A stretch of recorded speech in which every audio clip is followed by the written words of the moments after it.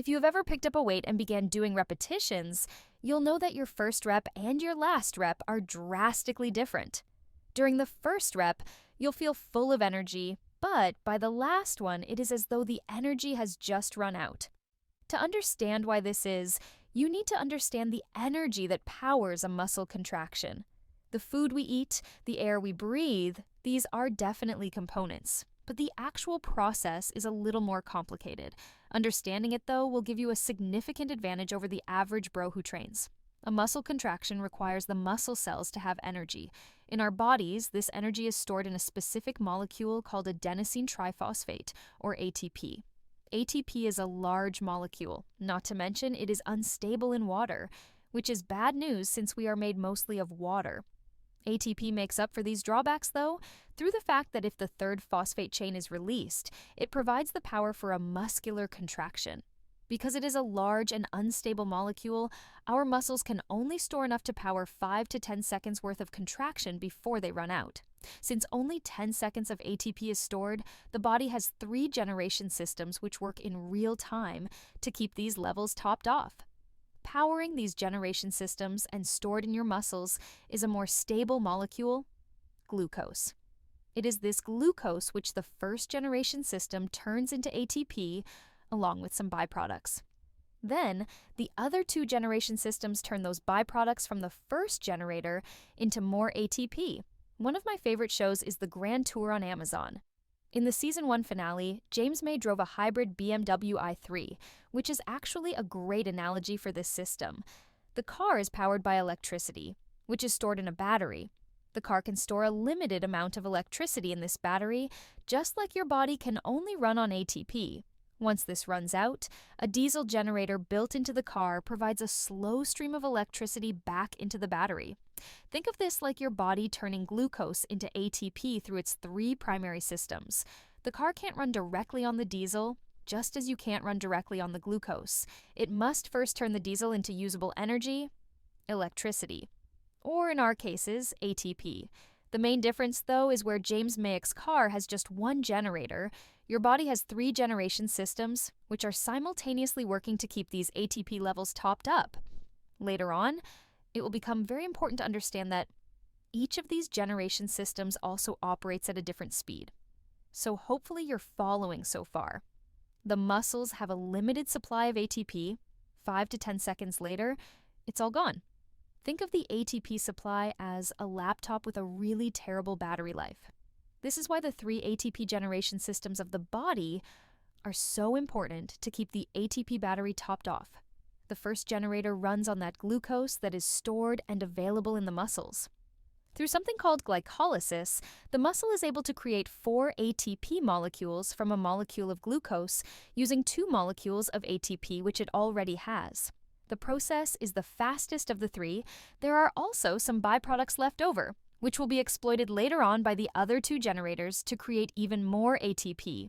Left over are 2 pyruvate molecules and 2 NADH molecules. Now, onto the other 2 generators, which, unlike the first one, the other 2 require oxygen to operate. If oxygen is present, these 2 systems can run. The pyruvates can be broken down into 2 more ATPs and even more NADH molecules through the Krebs cycle. This cycle operates at a slower rate than glycolysis, and like I said, very important, it requires oxygen. Then the third element, the electron transport chain, with the help of oxygen, is able to turn all of these NADHs into even more ATP, such that one very efficient cell in the third step can create 34 ATPs. This is the slowest of the 3 processes, and once again requires oxygen. So out of just 1 stable molecule of glucose in the muscles, our muscle cells have derived 38 molecules of ATP.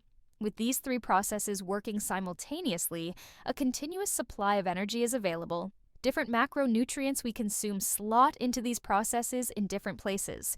Only glucose can be used for the first process of glycolysis. However, fat can be turned into glucose within the liver.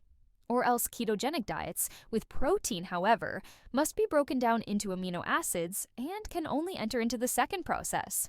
Imagine that you are walking at a slow pace. There is a certain ATP burn rate demanded by your muscles to fuel this walking pace. As you speed up, though, so does the ATP requirement, just like James May's car accelerating. But remember, unlike James May's car, which has one generator, our bodies have three, each operating at different speeds. As you increase the ATP demand, eventually you'll hit a point where you burn ATP at a faster rate than the slowest generation process can keep up with. The limiting factor. Remember how I said the final two processes require oxygen? Well, if your body is unable to deliver oxygen quickly enough, it will. These processes can't work, and you'll feel out of breath as your body struggles to keep the Krebs cycle and electron transport chains running. Remember the first process, glycolysis? Well, if you remember, it didn't require oxygen, so it keeps chugging along for a little while. But it also only yields 2 ATPs. What puts a stop to our last remaining ATP generator? Well, as you remember, glycolysis had byproducts. Normally, the other two generators would use these byproducts, but in the absence of enough oxygen, these generators turned off, so the byproducts begin to build up. When the byproducts aren't being used by the other two generators, your cells need to get rid of them quickly, so they turn them into something you have probably heard of before, lactic acid. As the lactic acid builds up, it eventually becomes too detrimental, and the last remaining generator is forced to stop producing ATP, and your car body stops. This is the essence of aerobic versus anaerobic. When you're operating aerobically, you're operating in the presence of oxygen, at a slow enough ATP burn rate that all three generators are running. Once your ATP burn exceeds the metabolic threshold, the other two generators can't get enough oxygen, and the burn rate becomes unsustainable. When we are running on just the generator that doesn't require oxygen, we are operating anaerobically. The good news is that this metabolic threshold can change. As you train to improve your cardio, you can increase the burn rate, which your body can sustain aerobically, as your body becomes more efficient at delivering oxygen to the muscles. I hope I was able to explain that in a way that made sense. Like and share this video, and please subscribe if you found this useful. Until next time.